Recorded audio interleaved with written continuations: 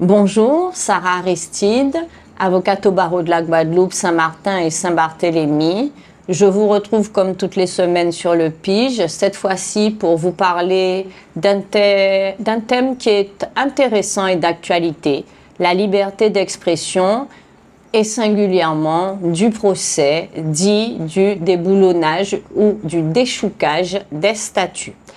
Alors, c'est un procès historique qui a eu lieu en Martinique début novembre, qui a d'ailleurs donné lieu à une décision historique sur laquelle je reviendrai.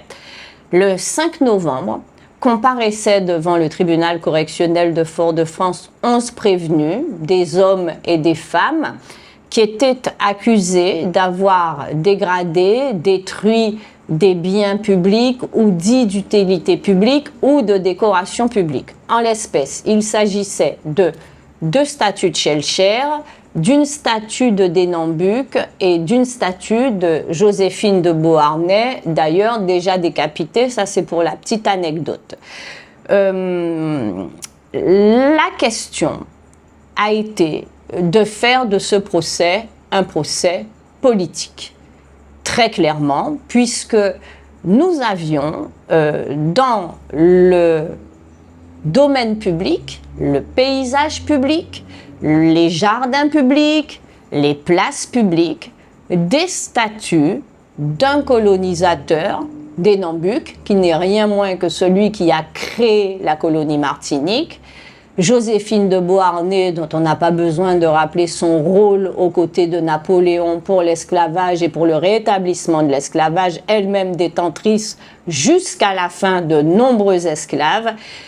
et la statue de Victor Schellcher qui nous est présentée depuis des siècles comme notre sauveur, celui qui a libéré les nègres que nous sommes du joug colonial, alors qu'en réalité, le rôle de Schellcher est beaucoup plus ambigu et que Schellcher n'a pas du tout toujours été un abolitionniste, loin de là, qui avait une opinion des nègres assez péjorative, considérant notamment à une époque de sa vie que nous n'étions pas mûrs pour la liberté. Je vous fais même grâce de ce qu'il pensait des femmes noires qui n'étaient bonnes que pour le vice et incapables d'éduquer leurs enfants.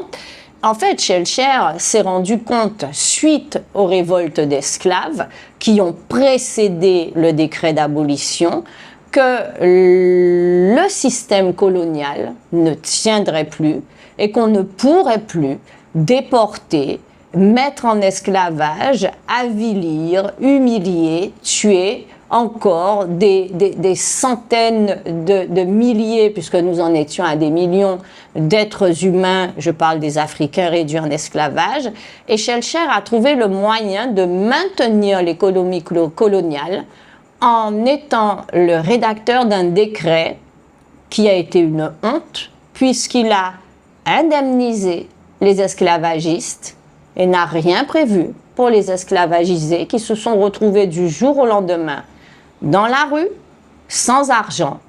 sans toit, sans aucun moyen de subsistance et finalement obligés de travailler pour le même qui était dorénavant devenu son patron.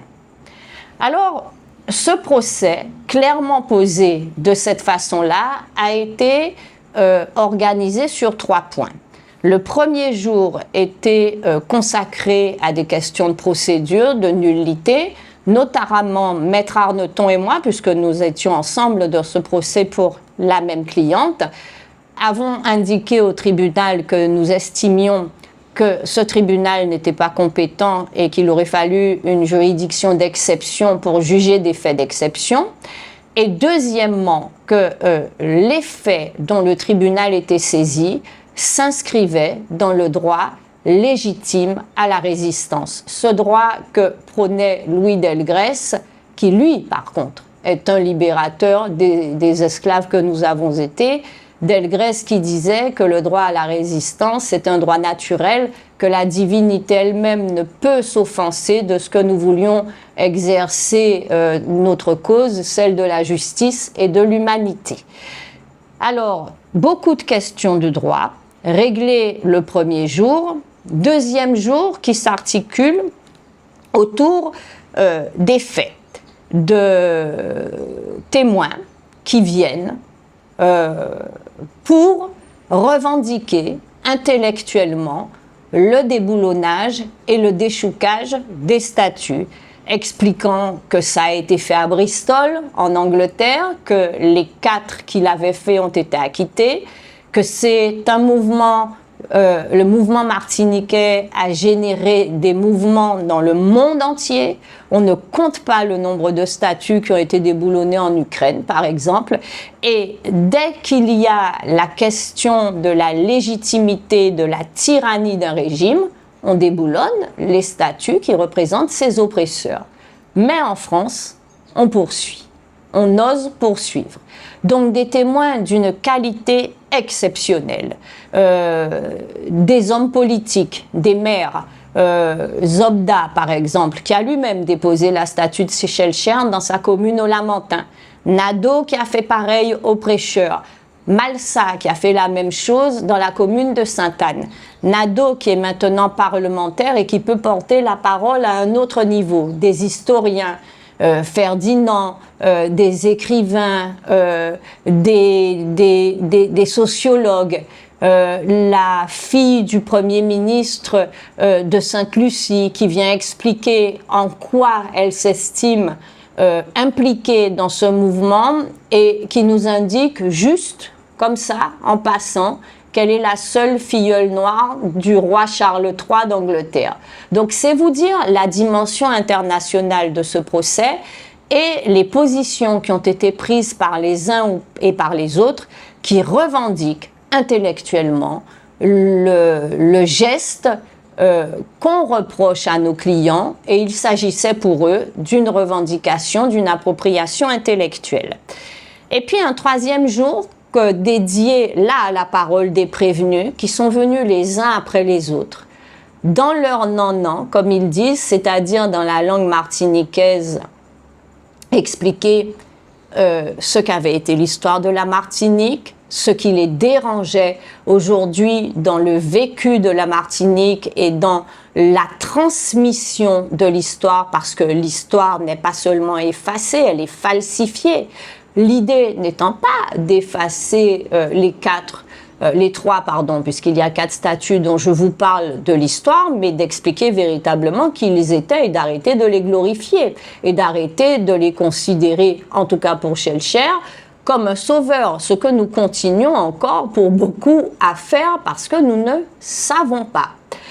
Et donc, avec une dignité exceptionnelle, notre cliente Alexane Osier-Lafontaine, une jeune femme absolument magnifique, qui est venue expliquer son parcours, ses positions, des jeunes femmes comme Jay Hassani, comme Mouna, enfin une jeunesse qui a décidé enfin de s'approprier son histoire, qui est consciente de qui elle est et de surtout ce qu'elle veut être et ce qu'elle veut devenir et ce qu'elle veut transmettre. Et les plaidoiries où nous développons notamment un principe essentiel qui est celui de la liberté d'expression, que de dire que quand on est agressé, oppressé à longueur de temps, quand on regarde le domaine public qui continue d'être colonisé par des oppresseurs, après avoir demandé de les retirer, après avoir écrit moult lettres, eh bien, on est en situation légitime de s'exprimer quand on met à bas ces statuts, et c'est la décision que va rendre le tribunal en disant que s'agissant de Denambuc et de Joséphine de Beauharnais, il s'agit de liberté d'expression, et pour Shellshare, de rentrer un peu plus dans ce qu'on appelle le dossier pénal et de remarquer et de mettre en exergue qu'on ne fait pas la preuve de qui était là. Ça va donner une décision exceptionnelle du point de vue de son argumentation sur la liberté d'expression, en reconnaissant qu'en agissant de la sorte, on s'est exprimé librement. Et comme on en avait le droit, 9 relax et 2 personnes condamnées avec dispense de peine. Alors il faut croire que cette décision a mécontenté, qu'elle a déçu, puisque alors même que le parquet, après avoir été très présent pendant le premier jour d'audience, s'était pratiquement fait oublier, notamment dans ses réquisitions, puisque nous ne les avons pas comprises.